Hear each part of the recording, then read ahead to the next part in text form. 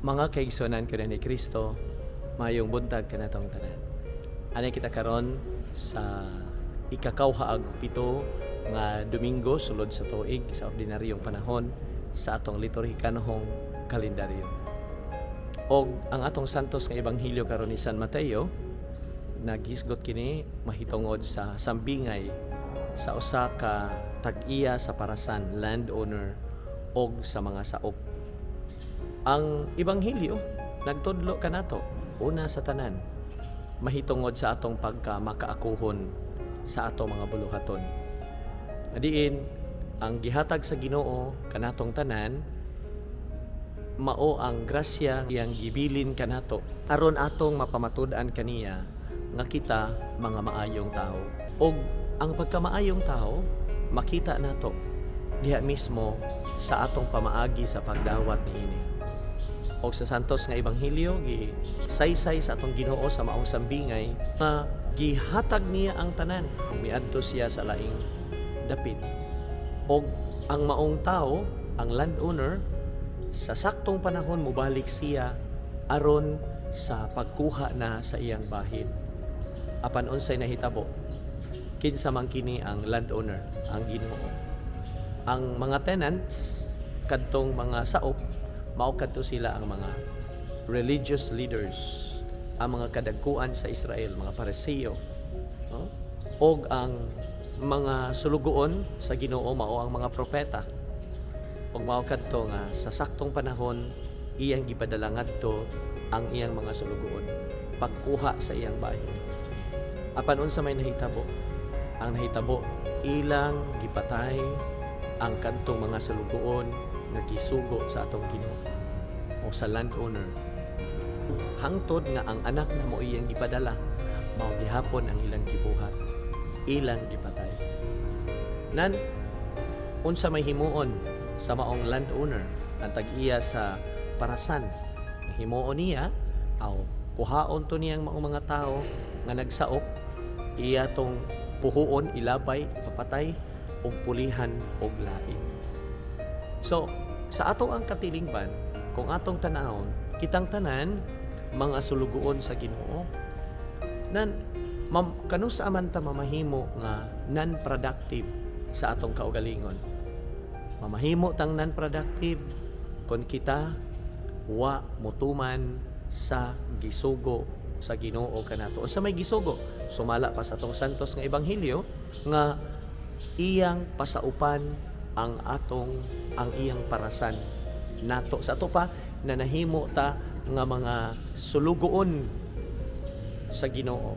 Nan ang pagkasulugoon ato lamang mabuhat kini siya ang tinuod nga sulugoon kun wa nato kalimti ang mismo nga gitudlo ni Kristo kanato.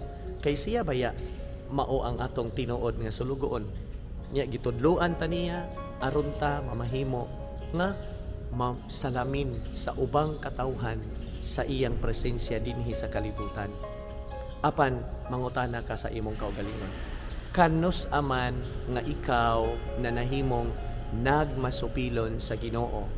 Kanus aman sa panahon nga imong gisupak ang iyang mga pamaagi? Unsa may pamaagi sa Ginoo dinhi sa kalibutan? Ayang pamaagi iyang gitudlo kanato nga kita magmakugihon sa tanang higayon, no? Kay mao kani ilanan sa tong pagka-productive sa atong kaugalingon. Makugihon ta dili ta mamahimo nga tapulan sa pagminaayo. Kay mao nay gisugo sa Ginoo kanato ang pagminaayo, no? Aron mamahimo ta mga igsoon nga iyahang mga maayong sulugoon. Apan unsa may nagibuhat sa tao, iyang gipabay-an ang iyang kaugalingon, no? Ang pagpabaya sa imong kaugalingon, ang pagpasagad sa imong kaugalingon, timaan ka na sa imong pag-reject, timaan ka na sa imong paghikalimot sa gitudlo sa Ginoo kanimo. Ug mao ka na dunay tawo nga gitawag nato nga irresponsible. Taas og naabot sa kinabuhi apan mubo og panglantaw sa iyang kaugalingon. Ug dunay ginaingon pa, educated but not cultured. So kana usa ka na kabutang nga diin dili nato malikayan diha sa atong katilingban, mga matang sa katawhan. Ikaduha, kanus-a man ta mamahimong ineffective sa atong kaugalingon kung nidawat lang ta sa grasya sa Ginoo apan misupak ta sa iyahang gitudlo kanato nga mao nay hinungdan sa mga Pariseo o sa mga magtutudlo sa balaod nga ilang napahimuslan ang grasya sa Ginoo nga ilang nadawat apan di sila gusto nga mupaambit niini. Asa ato pa dili sila gusto nga makat-on. Makat-on diha sa gitudlo sa Ginoo. Ngano man kay di man sila gusto nga maltupngan sila sa ilang kaugalingon. Og mao kana ang atong bantayan diha sa atong katilingban. Kung mao na gani na ang atong pamaagi sa pagtan-aw sa kinabuhi, dihang dapita mamahimo ta nga mag-build up og usa ka matang sa kinabuhi nga puno sa pagpakig indigay. Mapuno ta diha mismo sa atong kaugalingon nga kita magubot sa atong kaugalingon. Dili ta makahiluna unsay maayo ug unsay makahatag kanato og kaayuhan kay mopili man ta sa unsay dili maayo.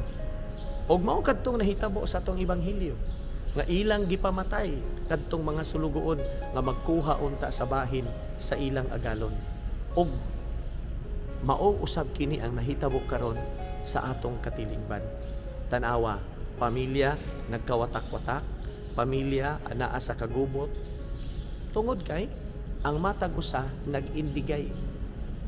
Nawagtang na ang gitawag nato nga kahiusahan nga maoy maghatag og kalambuan unta. Nawagtang na ang sinundurutay sa matag usa aron motubo ang katilingban. Ug baya kung mao pa kana ang nahitabo karon sa atong katilingban, pag after 500 YOC, kung mao kini nahitabo sa atong katilingban, moabot baka kita sa punto nga makadawat kita nining panalangin sa Ginoo sa sugbuswak? Dili. Mas maayog yun. Kini usa ka ehemplo nga angay natong pagatutukan diha sa atong katilingban. Mas maayog yun. Anaa kanato ang pagtahan sa kinatibuk-an sa atong kaugalingon. Kay diha kaniya makat-on man ta. Makat-on ta. Kulang lamang sa atong kaugalingon ang pag-convince sa atong kaugalingon aron ta adunay mahibaluan. Do na unta tay angayong mahibaluan apan di sad ta ganahan nga makat-on niini kay dili man atoa. Kana bang sense of ownership?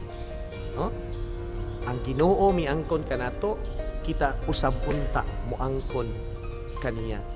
Kay ang tuyo sa Ginoo mao nga mapalambo ang iyang kingharian. Ug mao pod ni ang iyang laraw kanato alang kanatong tanan. Ug busa kanato nining ikakawhaag 7 nga Domingo sulod sa tuig atong hinumduman nga ang Ginoo nagbilin kanato sa tanan magmakaakuhon kita.